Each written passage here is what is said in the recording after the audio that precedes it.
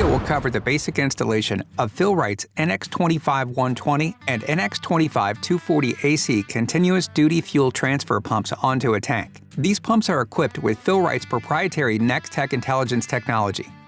First, measure the depth of your tank to purchase the appropriate length of pipe for your tank. We recommend a 1 1/4 inch black iron pipe for your suction pipe.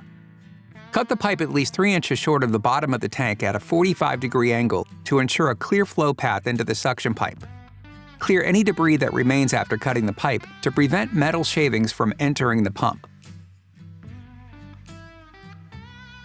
First, disassemble the pump's bung adapter from the pump. Set aside the provided screen and seal. Next, apply thread sealant to the threads of the pipe and bung adapter. Then thread the pipe into the bung adapter until it is hand tight. Using a pipe wrench, go 1.5 to 3 full turns past hand tight to ensure a fluid tight seal. Now you can install the suction pipe and bung adapter into the tank. Use a pipe wrench to tighten. Now you're ready to install the pump. First, install the screen and seal between the bung adapter and the pump.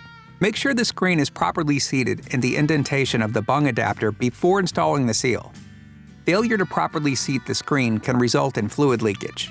Then mount the pump on the bung adapter and secure it with the 4 fasteners provided. This may require 2 people. We recommend installing the fasteners in a diagonal order to ensure proper seating of the seal and the pump to the bung adapter.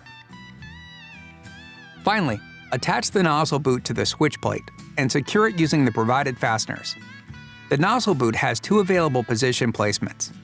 Make sure all pumps are wired by a licensed electrician in compliance with all local, state, and national codes.